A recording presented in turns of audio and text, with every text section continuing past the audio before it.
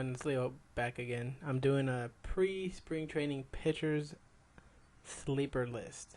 Okay, and before I go on and do that, I actually want to show people that save the date January 31st. Fantasy is coming back to Yahoo, so that's when I'll start doing my uh, strategy drafts and showing you guys the different ways you can, stock up on pitching and all that other stuff. But for now,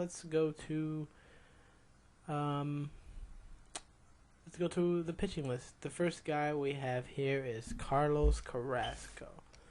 Carrasco is actually probably going to be the biggest sleeper for anyone out there. He had a K per 9 of 9.4, which is extraordinary.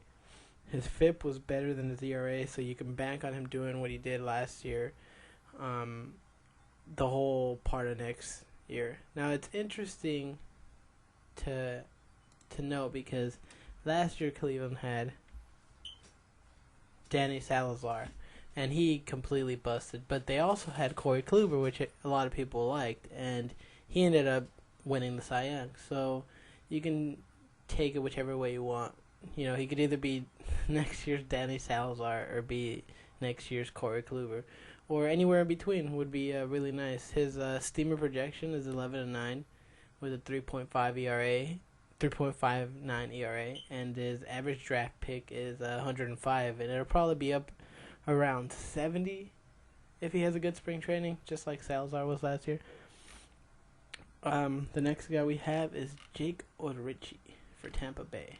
He struck out 174 batters in 168 innings last year, and his FIP was better than his ERA at 3.75, so he has a lot of room to grow, and he's just turning 25, so he has a high ceiling. And at someone for average draft pick of 230, he's someone you can take fairly late, and ride him if he ends up clicking this year. His steamer projection's 10-10 with 4 ERA. Now, something to note is Tampa Bay is a pitcher's park, but at the same time, their lineup did get weak last year. They did trade Ben Zobrist, and they don't have Madden anymore, which might end up affecting the team. Anyways, he's probably another guy I like. He was a huge sleeper last year, but he ended up not doing as well as most people thought, and he's probably a post-hype sleeper this year as well. My next sleeper is Drew Hutchison for Toronto. His steamer projection puts him at 12-9, 4.07 ERA with his average draft pick of 254. Now, he's only 24, and he underperformed his FIP as well. So he has a high ground ball percentage, and he was a highly touted prospect for Toronto. His ground ball percentage alone in Toronto, which is a hitter's park, means that he could probably, he has a tendency to get blown up, especially because he's very young. But because he has such a high ground ball percentage and ground ball rate, he might be able to pitch there. So he's another guy you probably should target fairly late. My next guy is Kevin Gausman. I hope that's how you say it. For Baltimore. His steamer projection got him at 10-10 with a 4.18 ERA. And he is a horse. He's 24 years old. He has a huge arm, an elite fastball, but he needs to throw other pitches. He also had a tendency of nibbling last year.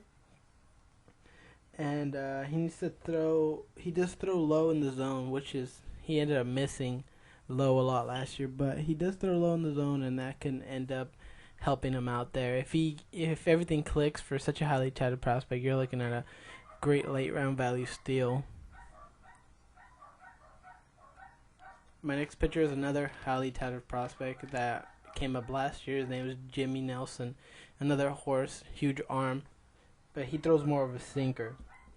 He has a good fastball and an okay slider, but he needs to throw more strikes. He also was nibbling a little bit last year. He might have been, nervous to be in the show. his Steamer projection has him at 10 and 11 with a 4.38 ERA, and his average draft pick is 440. So he's way down there. You'd really have to be looking for him in order to get him there. My next guy is Brandon McCarthy. He probably wouldn't be considered much of a sleeper, but he is still being drafted in the 248 region, like 200s. That's pretty low. He moved from New York to LA, and New York did wonders for him because he started throwing his four-seamer a lot more. He is projected to go 11-9 with a 3.45 ERA, and he also pitches for the Dodgers, who they picked up a little bit more defense this year, so they'll probably be his ERA could easily be a little bit lower. I wouldn't bank on it being much lower. That's probably his but his floor is probably the 3.45 and his 11-9, so he's probably a good guy you would want to get. Unless you think that last year was a complete fluke. My last guy is a guy that got traded from Miami. He's not in Miami no more. He got traded from Miami to New York. And if you like what they did with Brandon McCarthy last year, let's hope they do it again with Nathan Eovaldi. The guy has a huge arm. He's always a highly talented prospect. He's still very, very young. And last year, we thought he had it for the first month. He had 6 games started. He went 2-1 with a 2.5 ERA and a 1.02 WHIP. He ended up regressing severely the next couple of months, so it didn't really help his case. But he had a career best K rate and walk rate last year, and he's at New York now. So hopefully the pitching coach can work wonders with him. And that is the list. That's what I got. 1, 2, 3, 4, 5, 6, 7. 7 guys for now.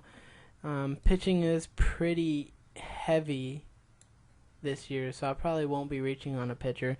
But as I said, 2 days, Yahoo starts, and then I'll be doing videos on strategies and things like that. I'll also be doing auction videos as well, which will be a little bit harder. Maybe I can get some people to help me there.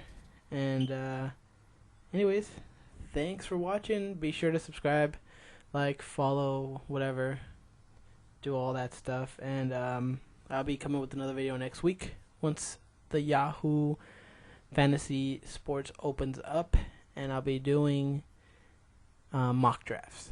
Thank you very much. Have a nice day.